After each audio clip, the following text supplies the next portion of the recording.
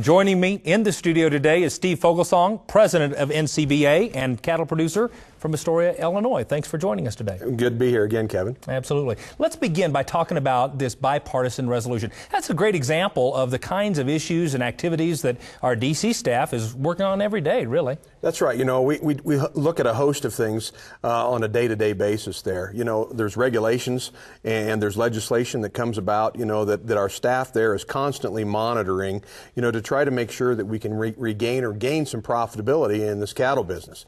And this resolution that came out this week is just a great example of where we have the opportunity to work with legislators, you know, like Senators Johans and Lincoln, and we support that opportunity, you know, to tell our story and to get out there and work to open up those trade barriers that are out there, you know, in Japan in particular this time. Sure. And we sure want the opportunity to kind of level that playing field and just give the American cattle producer the chance to get out there, you know, and sell product, you know, around the world. On a level playing field, we'll compete with anybody, and we're just looking for that chance.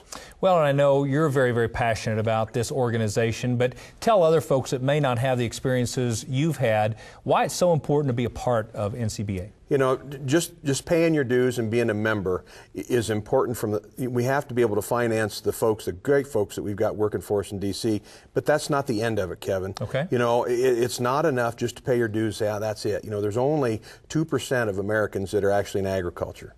And then of that, there's a very smaller percentage, you know, that are actually cattle producers. We have to all be willing to get out there and tell our story. I've used it a time or two, be able to give a 2-minute elevator speech. Mm-hmm. You know, there's been plenty of stuff in the media and around the country, you know, that's negative to agriculture and the beef producers in particular, you know. But unless we're willing to stand up and tell what we do every day, you know, what we do to take care of our animals, what we do to produce the food that we put in this country, I don't think we should expect anybody else to. So I'm calling on everybody, all the cattle producers and members in particular, to step up, you know, and tell our story, you know, and do a good job of that. So I know they can. Not just be a member, but actually get engaged at the local, state, and national level once you become a member. Having said that, I understand that there's some special incentives still in place for folks to become a member here in the next couple of months. Oh, you bet. Through the end of May, Boehringer Ingelheim has provided us with, I think, 500 milliliters of Sidectin for any new member that's out there that as they sign up. So, I mean, that's a great incentive, something that you can physically take and use. Not only are you giving your $100 to do what we do best, but you're also going to get something physical back. And in addition to that,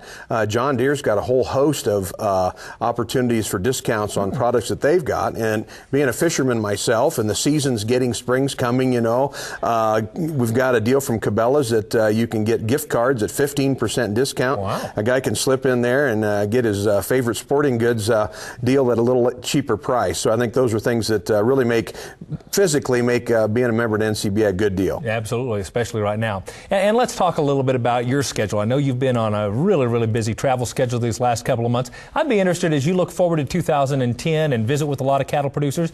Are you optimistic about 2010, or what are you seeing and hearing out there in the field? Yeah, you know, there's no way not to be optimistic.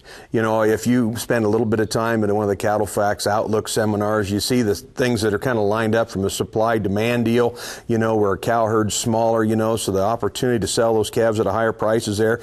The markets are red hot right now. As we're going into grass, you know, you see those yearlings and calves bringing a lot of money. The fed market is just running wild here, you know, and we're headed into what should be a great opportunity for us to sell product with the summer grilling season coming on. Mm-hmm. And I've traveled all around the country, and everybody right now is fighting mud. We're all sick of it.